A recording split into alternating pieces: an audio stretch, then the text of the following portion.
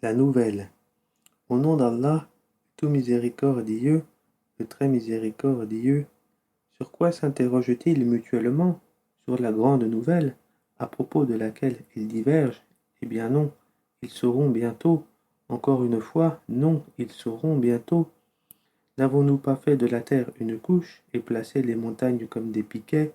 Nous vous avons créé en couple et désigné votre sommeil pour votre repos, et fait de la nuit un vêtement, et assigné le jour pour les affaires de la vie, et construit au-dessus de vous 7 cieux renforcés, et y avons placé une lampe très ardente, et fait descendre des nuées une eau abondante, pour faire pousser par elle grains et plantes et jardins luxuriants, le jour de la décision à son terme fixé, le jour où l'on soufflera dans la trompe, vous viendrez par troupes, et le ciel sera ouvert et présentera des portes, et les montagnes seront mises en marche et deviendront un mirage, l'enfer demeure aux aguets, refuge pour les transgresseurs, ils y demeureront pendant des siècles successifs, ils n'y goûteront ni fraîcheur ni breuvage, hormis une eau bouillante et impure comme rétribution équitable, car ils ne s'attendaient pas à rendre compte, et traitaient de mensonges continuellement nos versets.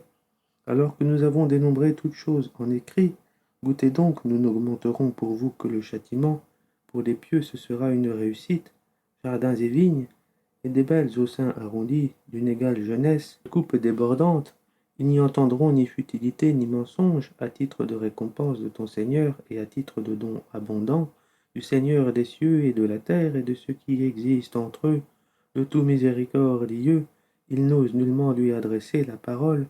Le jour où l'esprit et les anges se dresseront en rang, nul ne saura parler sauf celui à qui le tout miséricordieux aura accordé la permission et qui dira la vérité. Ce jour-là est inéluctable, que celui qui veut prenne donc refuge auprès de son Seigneur. Nous vous avons averti d'un châtiment bien proche, le jour où l'homme verra ce que ses deux mains ont préparé, et l'infidèle dira, hélas pour moi, comme j'aurais aimé n'être que poussière.